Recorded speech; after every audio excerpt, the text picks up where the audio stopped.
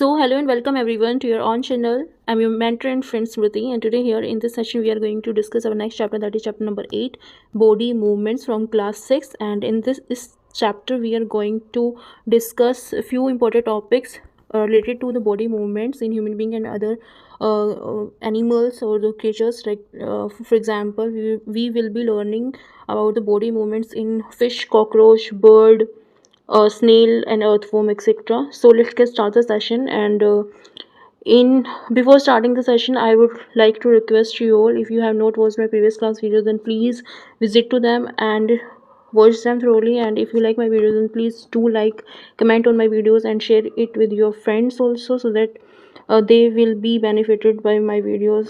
So let's get start the session. Body movements, human body and its movement. So हमारा first जो topic यहाँ पे point है वो ये है ह्यूमन बॉडी एंड उसके मूवमेंट के बारे में हम यहाँ जानने वाले हैं. तो चलिए स्टार्ट करते हैं. ए human body shows two types of body movements. एक ह्यूमन बॉडी जो है दो तरह की मूवमेंट को शो करती है. मूवमेंट्स का मतलब आप समझते हो ना, गतिशीलता दिखाना, यानी कि ह्यूमन बॉडी में दो तरह से गतिशीलता आप देखने को मिलती है. पहली है मूवमेंट ऑफ बॉडी पार्ट्स. पहला आप देखते हो कि बॉडी पार्ट्स में मूवमेंट होती है, बॉडी के पार्ट्स में गति दिखती है, गतिशीलता दिखती है या उसमें मूवमेंट्स दिखती है.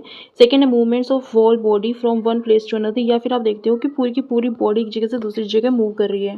तो first movements of body parts है when we move our body parts, our body remains at the same place. जब हम अपनी बॉडी पार्ट्स को मूव करते हैं तो हमारी बॉडी उसी एक ही जगह पर रहती है, सेम प्लेस पर रहती है. Example mouth, foot, head, arm, legs etcetera. तो इसके एग्जाम्पल्स हैं, उदाहरण जो दिए हुए हैं वो क्या है. जैसे हम अपने माउथ को हिला सकते हैं, फुट पैरों को हिला सकते हैं, हेड सिर को हिला सकते हैं, हम अपनी बाजू को हिला सकते हैं, अपने पैर को, ठीक है, लेग्स को हिला सकते हैं. तो ये एग्जाम्पल्स है कि हम सेम प्लेस पर रहकर भी अपनी बॉडी के पार्ट्स को अगर हम हिला पा रहे हैं या मूव कर पा रहे हैं तो वो movement of the body parts, right. So जो सेकंड है, ये एक तरीका है कि हम बॉडी पार्ट्स को मूव कर सकते हैं. दूसरा तरीका ये कि हम पूरी की पूरी बॉडी को ही मूव कर लें एक प्लेस से दूसरी प्लेस पर. The ability of human being to move its body from one place to another is called the locomotion. अब यहाँ पे एक नई टर्म निकल के आते हैं, लोकोमोशन. अगर आपसे कोई लोकोमोशन पूछ ले, what do you mean by the locomotion, then you will reply as the ability of human being to move its body from one place to another. एक जगह से दूसरे जगह पर अपनी बॉडी को मूव कर पाए. अगर ऐसी एबिलिटी किसी ह्यूमन बीइंग के अंदर है तो उसकी लोकोमोशन है, वो जो कैपेबिलिटी है, वो जो एबिलिटी है उसकी लोकोमोशन कही जाएगी. वो प्रोसेस जो है वो उसकी लोकोमोशन की कही जाएगी, जो एक प्लेस से दूसरी प्लेस पर जो वो अपनी बॉडी को मूव कर पा रहा है. तो ये दूसरा कंसेप्ट था आपका रिलेटेड टू बॉडी मूवमेंट्स, ठीक है. सो the next topic is skeletal system. अब हम स्केलेटल सिस्टम के बारे में जानेंगे. जो आपका कंकाल तंत्र है, स्केलेटल का मतलब होता है कंकाल, ठीक है, हिंदी में. Our body is supported on hard framework of bones. हमें ये पता है जो हमारी बॉडी है ना उसको सपोर्ट मिलता है, उसको सहारा मिलता है. किसका सहारा मिलता है? हार्ड फ्रेमवर्क ऑफ बोन्स का, यानी कि हड्डियों का एक ढांचा है, वो काफ़ी कठोर है, काफ़ी हार्ड है, तो उसका सपोर्ट हमारी बॉडी को मिलता है. This bony framework inside our body is called the skeletal. और यही जो हड्डियों से बना हुआ जो ढांचा है ना, ये फ्रेमवर्क जो है हमारी बॉडी के अंदर, इसी को हम स्केलेटन बोलते हैं, यानी इसी को हम कंकाल बोलते हैं. जो आपको फिगर में दिखाया भी गया, ये सारा हड्डी का बना हुआ है और इसी को हम स्केलेटन बोलते हैं. हमारी बॉडी के अंदर पाए जाते हैं, ठीक है, वो पार्ट्स हैं, वो हमारी बोन्स हैं, ठीक है, और उनसे बने हुए कुछ स्ट्रक्चर्स आप देखने को मिल रहे हैं, अलग अलग स्ट्रक्चर्स आपको देखने को मिल रहे हैं. ये मिलकर ही हमारे स्केलेटन को बनाते हैं, हमारे कंकाल को बनाते हैं. So the next point is functions of skeleton. अब हम जानेंगे कि फंक्शन क्या होता है स्केलेटन का हमारी बॉडी के अंदर, यानी कि कंकाल का हमारी बॉडी में जो कार्य है वो क्या है. It holds the whole body and gives shape. ये हमारी पूरी बॉडी को एक साथ जोड़कर रखता है, होल्ड करके रखता है, और इसको शेप भी देते हैं, एक आकृति भी देते हैं, राइट. देखा होगा आपने अलग अलग एनिमल्स की, अलग अलग ऑर्गेनिजम्स की अलग अलग जो है आकृति होती है, शेप होते हैं, साइज होते हैं.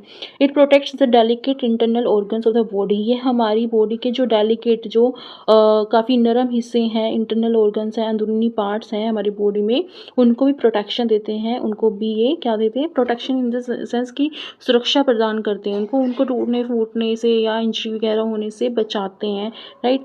It provides many joints which allow the muscles to move our body and body parts. ये हमारी जॉइंट्स को भी काफ़ी क्या करते हैं? प्रोवाइड करते हैं. जॉइंट्स हमारी बॉडी को जॉइंट्स देते हैं, मतलब जोड़ देते हैं, जहाँ पर हड्डियाँ एक दूसरे से जुड़ी होती हैं, मसल्स हड्डियों से जुड़े होते हैं, विच अलाउ द मसल, जो मसल्स को अलाउंस देती हैं टू मूव, वो मूव कर पाए, गति कर पाए, आवर बॉडी, हमारी बॉडी को मूवमेंट दे पाए या मूव करा पाए, एंड बॉडी पार्ट्स, हमारी बॉडी पार्ट्स को भी, यानी कि बॉडी और बॉडी के पार्ट्स को मूवमेंट दे पाए।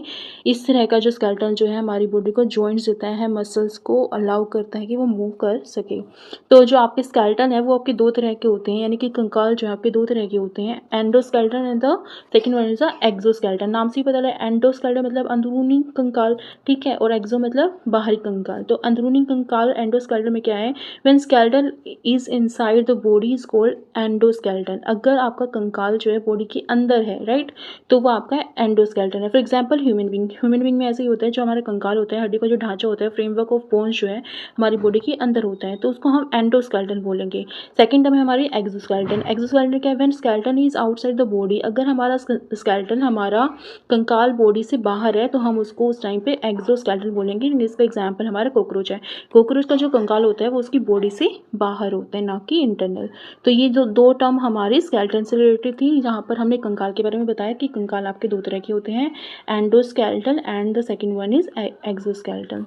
सो the next point is there are 206 bones in the human skeleton. हमारी बात हो रही है कि ह्यूमन स्केलेटन में जो है मनुष्य का जो कंकाल होता है उसमें कितनी हड्डियाँ होती हैं, उसमें 206 बोन्स होती हैं, 206 हड्डियाँ होती हैं। These bones of skeleton are connected through joints. अब ये जो बोन्स होती हैं, जो हड्डियाँ होती हैं हमारे कंकाल की, एक दूसरे से जॉइंट से, जोड़ों से जुड़ी होती हैं, ठीक है, कनेक्टेड होती हैं, मिली हुई होती हैं, यानी कि इसमें स्केलेटन में बोन्स का जो है जॉइंट होता है, जिससे हमारी बॉडी बनी हुई है। 206 बोन्स होती हैं total, right.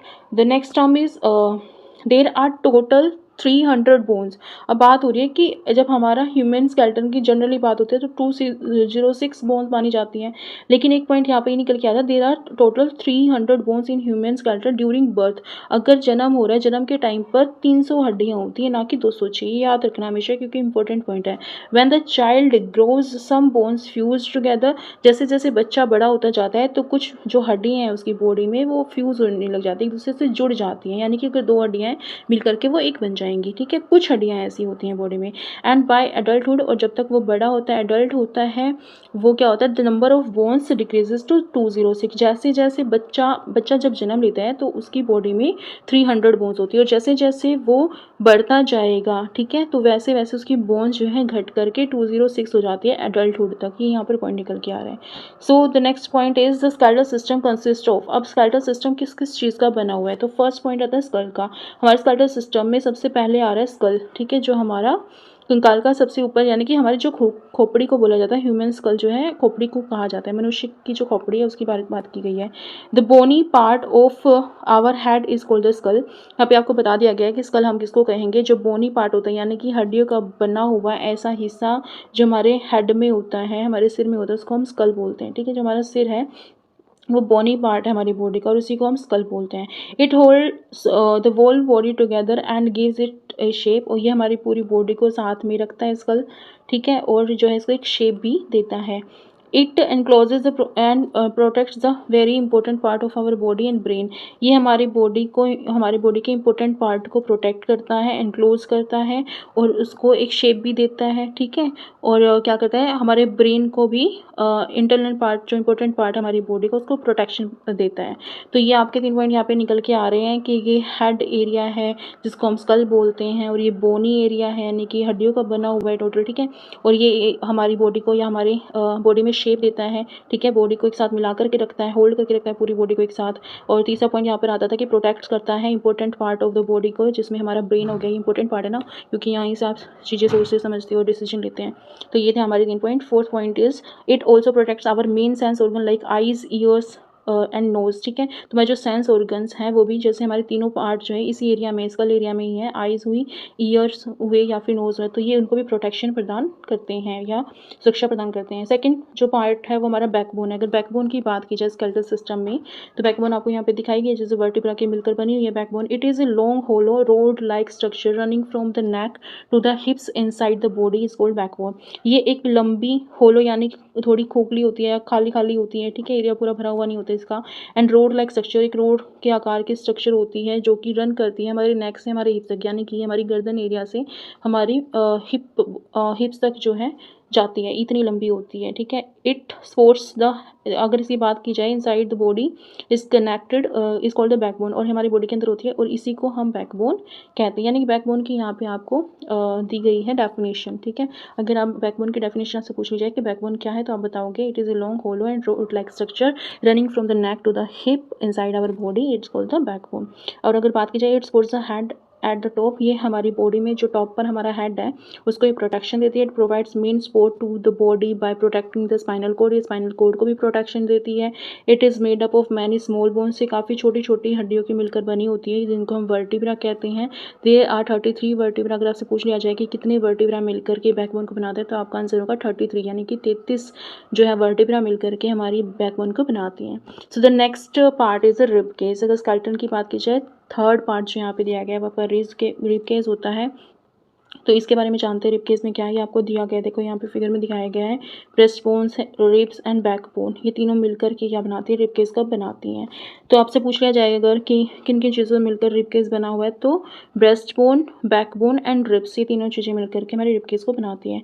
The thin curved bone in our chest is called the ribs, जो हमारी पतली पतली कर्व बोन होती हैं हमारे चेस्ट एरिया में, उन्हीं को हम रिब्स कहते हैं, ठीक है, रिब्स कहते हैं। इसका जो नेक्स्ट पॉइंट दिया गया है, there are 12 ribs on each side of our chest, हमारे चेस्ट के दोनों तरफ क्या है 12 जो है ये रिब्स होती हैं। One end of the rib is joint to the backbone. अब देखो रिब, जो हमारे रिब्स हैं ना, ये जो पतली हड्डियां हैं, कर्व हैं, ठीक है, ऐसे घूमी हुई हैं, ठीक है, कर्व्ड हैं, तो ये जो है आपकी जॉइंट होती हैं हमारे बैकबोन में।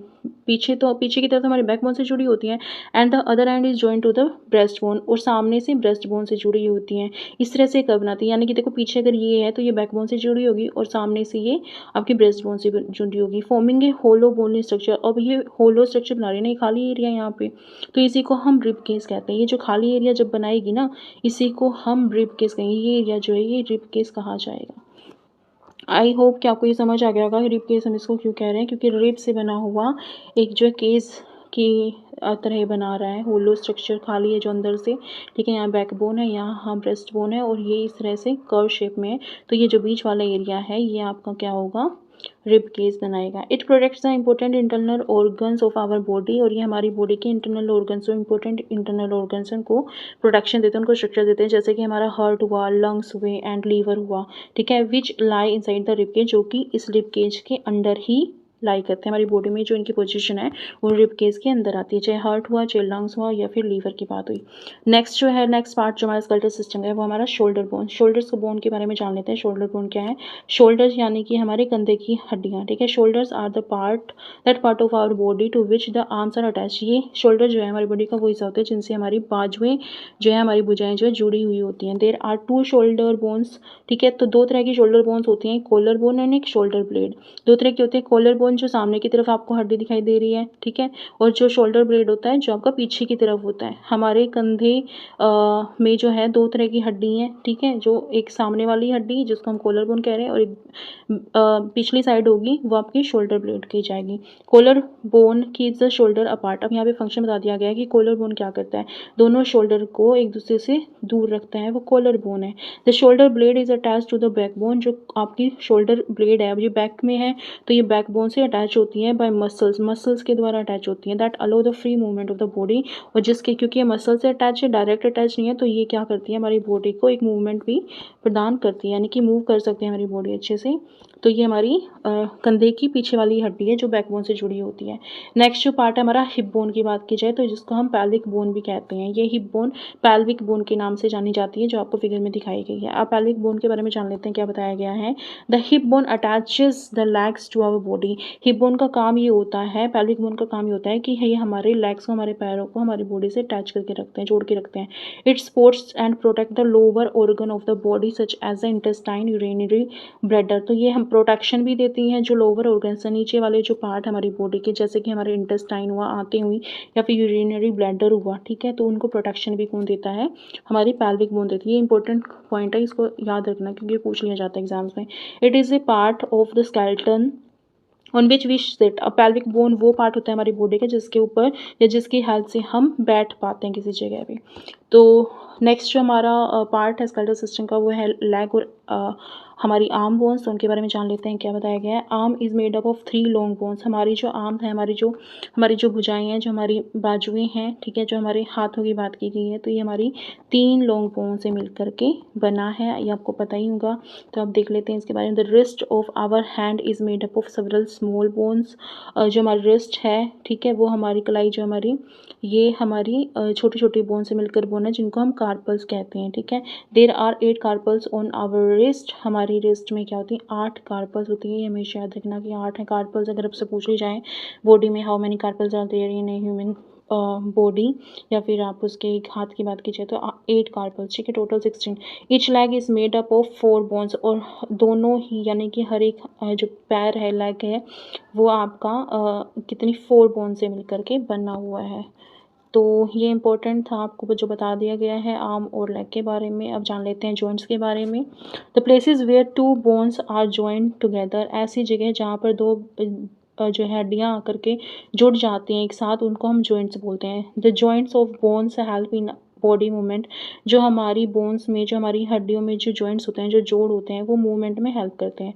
Types of joints in the human skeletal. अब जानते हैं कि टाइप्स क्या हैं, जो जॉइंट्स होते हैं उनके टाइप क्या है ह्यूमन स्केलेटल में, यानी कि मानव के जो कंकाल में जो जॉइंट्स हैं, जो जोड़ हैं हड्डियों के, वो किस किस तरह के जोड़ हैं।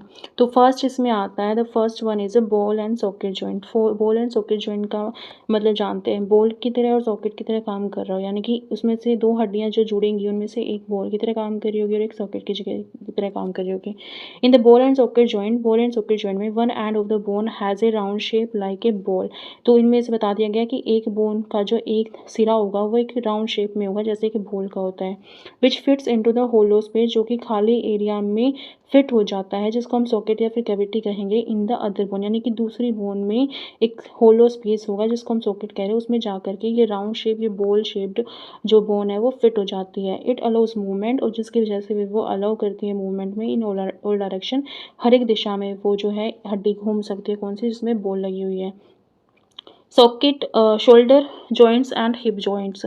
और जो इसके एग्जांपल दिए गए हैं कि ये हमारी शोल्डर में और हमारे हिप में पाई जाती है। बॉल एंड सॉकेट जॉइंट, अगर आपसे पूछ लिया जाए where do you found the ball and socket joint in the human being, then you will reply that ball and socket joints are found generally in the, generally नहीं, यहाँ पे बिल्कुल accurate है कि shoulder joints and hip joints नहीं पाए जाते हैं।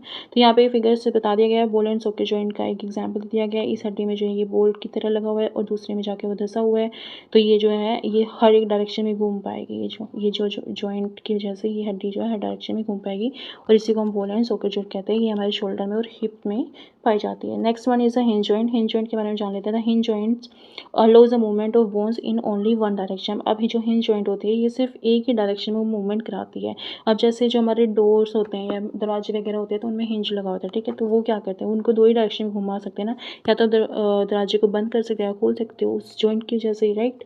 तो एंड फॉरवर्ड एंड बैकवर्ड, या तो आप चीज़ को उस बॉडी पार्ट को आगे ले जा सकते हो या फिर पीछे ले जा सकते हो, ठीक है। For example knee, elbow and lower जा। तो यहाँ पे 3 एग्जांपल दे दिए गए हैं, जैसे हमारी नी में, हमारे घुटनों में, हमारी एल्बो में, कोहनी में, और हमारा जो लोअर जा है, नीचे वाला जो जबड़ा है, ये भी इसको एक ही डायरेक्शन है, या तो ये नीचे, या तो खुलेगा मुँह इससे या फिर बंद होगा, ठीक है। तो यहाँ पे हिंज जॉइंट पाया जाता है। आई होप कि आपको ये पॉइंट समझ आ गया होगा, क्लियर हो गया होगा कि हिंज जॉइंट किसको कहते हैं, जो सिर्फ फॉरवर्ड एंड बैकवर्ड मूवमेंट करने में हेल्प कर पाए। ऐसे जॉइंट्स अगर हमारी बॉडी में है तो उनको हिंज जॉइंट कहते हैं। इसके एग्जांपल्स भी बता दिए गए हैं, नी और जो आपका एल्बो है, इसके अलावा लोअर जा है। Next one is a pivot joint. अब पाइवोट जॉइंट की बात कीजिए तो pivot joint connects our head to the neck.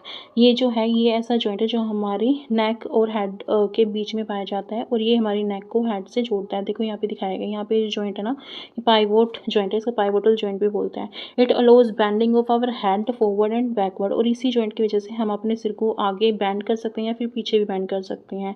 And turning our head right और लेफ्ट, और इससे राइट और लेफ्ट में भी टर्न कर सकते हैं। For example head and four arm, और इसके एग्जांपल्स हेड और फोर आर्म है, यानी कि हमारे सिर में पाइवोट जॉइंट पाया जाता है, और इसके अलावा हमारे फोर आर्म में, आगे वाले हाथ में पाया जाता है, जहाँ पर रिस्ट है ना हमारी, वहाँ पर ये जॉइंट आपको मिलेगा, pivot joint.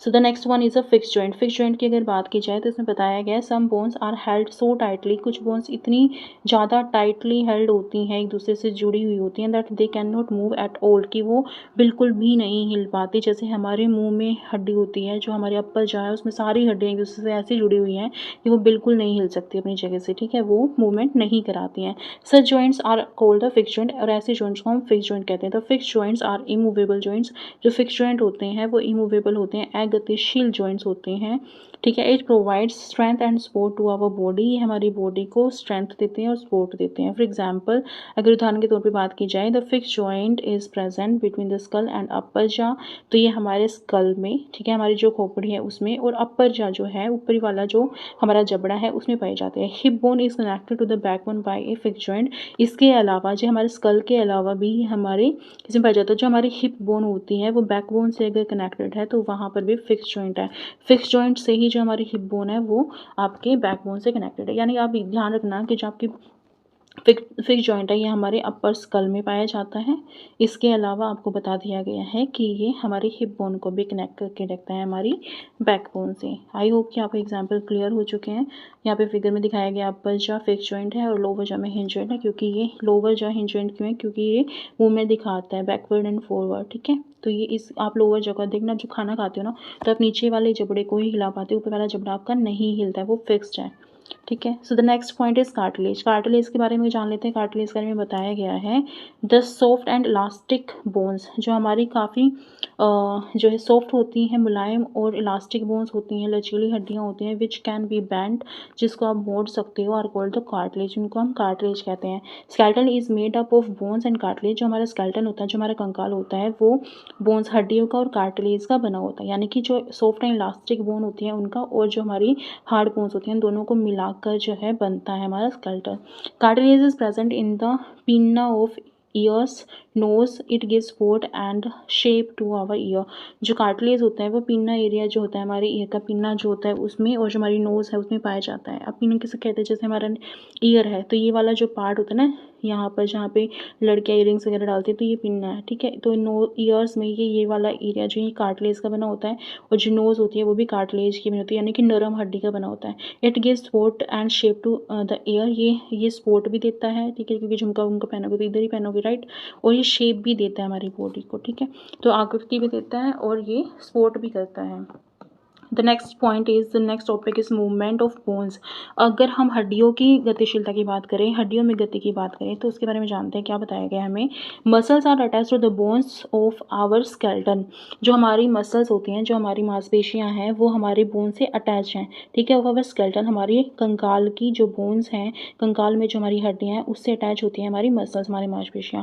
Bones and muscles work together to move our body parts. अब खाली हमारी जो बोन्स है सिर्फ वही मूवमेंट नहीं कराती हमारी बॉडी का, बल्कि बोन्स एंड मसल दोनों मिलकर हमारी बॉडी को मूव कराती हैं, बॉडी के पार्ट्स को मूव कराती हैं।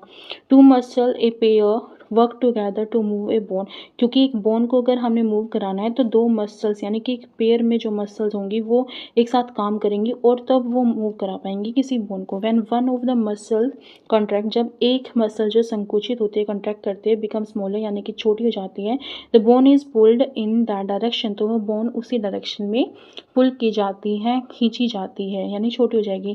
The other muscles of the pair relax, और जो पेयर में जो मसल दो ली गई हैं, अगर एक छोटी हो रही है, कॉन्ट्रैक्ट कर रही है, तो दूसरी जो रिलैक्स कर जाएगी, वो स्प्रेड हो जाएगी, बिकम स्ट्रेच्ड, और स्ट्रेच लग जाएगा, स्ट्रेच हो जाएगी, वो खींच जाएगी, ठीक है। To move the bone in the opposite direction, और वो बोन को दूसरी डायरेक्शन में लेके जाएगी। The relax muscles contract to pull the bone forward toward its original position, जो कि रिलैक्स मसल है वो कॉन्ट्रैक्ट करेगी, ठीक है। The relax muscle contract to pull, वो कॉन्ट्रैक्ट करने की कोशिश करेगी, क्योंकि वो रिलैक्स है तो कॉन्ट्रैक्ट करने की कोशिश करेगी, किसको करने के लिए, पुल करने के लिए, ताकि वो बोन को दोबारा से उसकी ओरिजिनल पोजीशन में ला सके। वाइल द फर्स्ट रिलैक्सेस, और उस टाइम पे जो अगर ये रिलैक्स जो है आपकी कॉन्ट्रैक्ट करेगी तो जो पहले वाली है ना वो रिलैक्स कर जाएगी। Thus two muscles work together to move a bone. इस तरह से दो मसल्स मिल करके वर्क करती हैं, काम करती हैं, तब जा करके एक बोन जो है आपकी मूव कर पाती है। तो ये इंपॉर्टेंट पॉइंट है कि हमेशा किसी भी बोन को अगर आपने मूव कराना है तो उसके आसपास दो मसल्स होंगी, पेयर में मसल्स होंगी, जो कि अगर एक आपकी जो कॉन्ट्रैक्ट करे तो दूसरी रिलैक्स कर जाएगी, और जो रिलैक्स है वो अगर कॉन्ट्रैक्ट करते हैं तो दूसरी जो पहले आपकी कॉन्ट्रैक्ट हुई थी वो रिलैक्स पोजीशन में चली जाएगी, और इस तरह से वो बोन को मूव कराते हैं, मूवमेंट कराते हैं। बैंडिंग ऑफ आर्म्स की बात की जाए तो बैंड कैसे कर पाते हो आप आर्म को? When we bend our arm the bicep muscles contract. जब हम अपने हाथ को बेंड करते हैं, मोड़ते हैं, तो जो बाइसेप मसल्स हैं हमारी बॉडी में, देखो ये दी हुई हैं यहाँ पे, तो जो बाइसेप मसल्स हैं ये कॉन्ट्रैक्ट कर जाते हैं। The contraction of bicep muscles pulls the lower arm bones due to which the lower arm moves up. तो ये जो आपकी कॉन्ट्रैक्शन है बाइसेप मसल्स की, ये आपके लोअर आर्म को पुल करती हैं, खींचती हैं, ठीक है, और जिसकी वजह से आपकी लोअर आर्म जो है ऊपर की तरफ खींचती हैं, क्योंकि मसल्स आपकी कॉन्ट्रैक्ट कर रही है, यानी कि एरिया में संकुचित हो रही है, छोटी हो रही है। जैसे ये छोटी होगी तो इससे जुड़ा हुआ जो ये वाला मसल होगा यहाँ पे, वो उस बोन को भी ऊपर की तरफ उठाने की कोशिश करेगा। When the bicep muscle contracts, जब बाइसेप मसल्स आपके कॉन्ट्रैक्ट करेंगे तो ट्राइसेप मसल्स रिलैक्स हो जाएंगे। ये जो पीछे है इस हड्डी के जो सामने ये बाइसेप और ये ट्राइसेप, तो ये आपके क्या कर जाएंगे, रिलैक्स कर जाएंगे। आई होप कि आपको ये समझ आ गया होगा कि आप आर्म को जब बैंड करते हो, मोड़ते हो, तो बाइसेप एंड ट्राइसेप मसल्स किस तरह से काम करती हैं। अगर एक आपकी कॉन्ट्रैक्ट करेगी तो दूसरी रिलैक्स कर जाएगी, और जो कॉन्ट्रैक्ट कर रही है वो उसको पुल करेगी, उस हड्डी को, अपने आर्म को ऊपर की तरफ पुल करती है। स्ट्रेटनिंग ऑफ आर्म, अगर आर्म्स की स्ट्रेटनिंग की बात की जाए तो देखो, when we straighten our arm the tricep muscles contract. जब हम अपने हाथों को सीधा करते हैं, स्ट्रेटन करते हैं, तो हमारी ट्राइसेप मसल्स जो है वो कॉन्ट्रैक्ट करती हैं। अब जो ट्राइसेप मसल्स जो आपकी रिलैक्स कर गई थी, अब ये भी आपकी कॉन्ट्रैक्ट कर रही है। The contraction of the tricep muscles pulls the lower arm bones due to which, तो ये आपकी पुल करती हैं लोअर आर्म बोन को। दो तरह के ना, एक अपर आर्म बोन, एक लोअर आर्म बोन। तो लोअर आर्म बोन को जो क्या करती हैं, ये पुल करती हैं, खींचती हैं। तो जब ये अपनी तरफ खींचेगी तो हाथ आपका सीधा हो जाएगा। To which the lower arm moves out, जिसकी वजह से लोअर आर्म जो है मूव आउट कर जाएगा, यानी कि जो इस पोजीशन में था वो सीधा हो गया है। When the tricep muscle contracts, और जब ये ट्राइसेप मसल कॉन्ट्रैक्ट करती है, द बाइसेप मसल रिलैक्सेस, तब ये वाले जो बाइसेप मसल जो पहले कॉन्ट्रैक्ट होकर छोटे एरिया ले लिया था जिसने, अब ये रिलैक्स कर जाएगी। तो इस तरह से स्ट्रेटनिंग होती है आर्म्स की। अब आपको पता लग गया होगा कि अगर हम आर्म को बैंड कर रहे हैं तब कैसे बाइसेप और ट्राइसेप मसल्स काम करती हैं उसको मूव कराने में, और अगर हम स्ट्रेट कर रहे हैं, स्ट्रेटनिंग कर रहे हैं अपने आर्म्स की, हाथों को सीधा करें, तो भी बाइसेप और ट्राइसेप मसल्स किस तरह से वर्क करती हैं। So the next topic is get of animal. अगर एनिमल्स में मूवमेंट की बात की जाए, इसका मतलब ही वही है मूवमेंट करना, ठीक है। The manner of movement in animal is called the gait of animal. जो जिस तरह से या जो तरीके से, जिस सलीके से एनिमल्स में, जानवरों में जो मूवमेंट होती है उसको हम गेट ऑफ एनिमल्स कहते हैं। इसके बारे में जान लेते हैं। फर्स्ट टॉपिक आपको अर्थवॉर्म का दिया हुआ है, यानी कि अर्थवॉर्म्स में कैसे मूवमेंट होती है। Earthworm does not have bones. Earthworm में कोई बोन्स नहीं होती। It has two sets of muscles, के पास दो सेट्स होते हैं, दो जोड़े होते हैं मसल्स के। One that makes it long, एक ऐसा होता है जो उसको लंबा बनाता है, एंड थिन, लंबा और पतला बनाता है, and the other that makes it fat, और दूसरा जो होता है वो आपका जो इसको फैट करता है, मोटा बनाता है। The alternate contraction and relaxation of these muscles have in the movement, और जो लगातार जो कंट्रैक्शन और रिलैक्सेशन इनके मसल्स में होती है वही इनको मूवमेंट कराने में हेल्प करती है, गति बनाने में हेल्प करती है। आपने अर्थवॉर्म को देखा भी होगा, उसकी बॉडी में बार बार कंट्रैक्शन और रिलैक्सेशन होता रहता है, ठीक है, संकुचन एंड फैलाव होता रहता है। The tiny bristle on the under side of the body helps in gripping the ground. अब ब्रिसल्स होते हैं, छोटे छोटे बाल होते हैं, छोटे बाल टाइप की जो आकृतियाँ होती हैं उसकी बॉडी के अंदर, उनकी, यानी कि पैरों की बात हो रही है, वैसे वो पैर नहीं होते उसके, लेकिन ब्रिसल ही बोला जाता है उनको।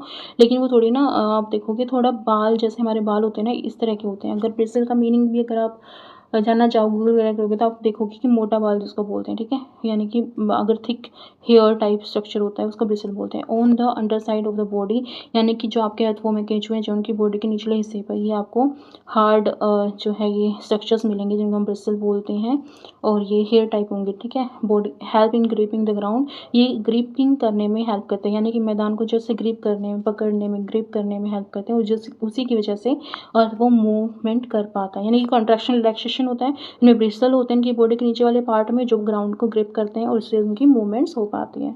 सो the next one is the snail. Animal snail की बात की जाए तो स्नेल में मूवमेंट किस तरह से होती है। The snail has a large disc shaped muscular foot. आपके स्नेल के बारे में बताया गया है कि इसके पास एक काफ़ी बड़ा डिस्क शेप का मस्कुलर फुट होता है, मांसपेशीय पैर होता है, under its body which helps them in the movement. उनकी बॉडी के नीचे पाया जाता है ये और जो उनकी मूवमेंट में हेल्प करता है। Next one is the cockroach. Cockroach की बात की जाए तो बताया गया है the cockroach has 6 legs. Cockroach के 6 पैर होते हैं, 3 पेयर्स यानी कि 3 जोड़े पैर होते हैं, ठीक है, विच हेल्प इन वॉकिंग, जो उनको वॉक करने में, दौड़ने में, चलने में, भागने में वो हेल्प करते हैं, वॉक करने में। It has 2 pairs of wings attached to the body which help them to fly. इनके पास 2 जोड़े यानी कि 4 पंख होते हैं, 2 जोड़े पंख होते हैं जो उनको उड़ने में भी हेल्प करते हैं। तो आपका कॉकरोच चल भी सकता है और उड़ भी सकता है। चलने के लिए इनके पास 6 पैर यानी कि 3 जोड़े पैर होते हैं और 2 जोड़े जो इनके पास पंख होते हैं यानी कि 4 इनके पंख होते हैं। Next one is the fish. Fish की बात की जाए तो बताया गया है the shape of fish is like a boat. ये एक बोट के आकार की होती है, एक नाव के आकार की शेप होती है एक फिश की। टैपर्ड एट बोथ हैंड, जो दोनों एंड से, दोनों सिरों से पतली होती है, कॉल्ड स्ट्रीमलाइंड, इसको स्ट्रीमलाइंड बोलते हैं, यानी कि जो अच्छे से मूवमेंट कर पाए, घुमावदार मूवमेंट इजीली कर पाए। The skeleton of fish is covered with strong muscle. जो स्केलेटन होता है, जो उनका ढांचा होता है, जो इनकी जो कंकाल होता है, इनका जो कंकाल होता है वो काफ़ी स्ट्रॉन्ग मसल से ढका हुआ होता है। During swimming muscles make the front of the body curve. और स्विमिंग के टाइम पे, तैरने के टाइम पे जो फिश होते हैं उनकी जो मसल्स होती हैं वो उनके फ्रंट को, बॉडी को कर्व कर देती है टू वन साइड, एक तरफ से वो कर्व हो जाती है, and the tail part towards the opposite side, और जो टेल पार्ट होता है वो दूसरी तरफ, यानी कि देखो ये मछली है, ठीक है। तो जब ये आपकी दो स्विम कर रही होगी ना, तो इसका एक पार्ट अगर इस साइड है तो दूसरा पार्ट इस साइड होगा, ऐसे, ठीक है। तो अगर ये मिडल लिया जाए तो ये फ्रंट पार्ट इस साइड है तो ये साइड है, और जैसे ये साइड आएगा तो ये वाला पार्ट इधर चला जाएगा। तो ये स्ट्रीमलाइन मूवमेंट इसको बोलते हैं। तो इसमें जो है स्ट्रीमलाइन, इसकी जो है मूवमेंट होती है, स्ट्रीमलाइन बॉडी होती है। तो ये आपको यहाँ पे बता दिया जाता है कि कर्व में चलती है इनकी मूवमेंट जो चलती है। The next one is the bird. Bird में अगर बात की जाए मूवमेंट्स किस तरह से हैं, birds can fly in the air and walk on the ground. ये दोनों चीज़ें कर सकते हैं, ये एयर में, हवा में फ्लाई भी कर सकते हैं, हवा में उड़ भी सकते हैं, और ग्राउंड पर, ज़मीन पर चल भी सकते हैं। Some birds like swan and ducks can also float in water. कुछ ऐसे बर्ड्स हैं, कुछ ऐसे पक्षी हैं जैसे हंस हुआ या फिर आपकी बत्तखें हुई, ये पानी में तैर सकती हैं। They have hollow and light bones. उनकी जो बोन्स होती हैं, उनकी जो हड्डियाँ होती हैं काफ़ी खोखली और हल्की होती हैं, which helps them to fly, जो उनकी बॉडी को उड़ने में हेल्प करती हैं। आई थिंक यही आपको यहाँ पे एग्जाम्पल्स बनाए गए हैं एनिमल्स के, गेट ऑफ एनिमल्स के, यानी कि एनिमल्स में मूवमेंट्स के। So this was all for this session, and in our next session we will be discussing our next chapter. Till then, if you like my video, then please do like my video on my YouTube channel, and also share my videos with your friends, and subscribe my channel if you have not done with. And if you have not watched my previous class videos, then please visit to them and watch them thoroughly, and also share with your friends. Thank you so much. Thanks for watching. This was all for this session. Thank you.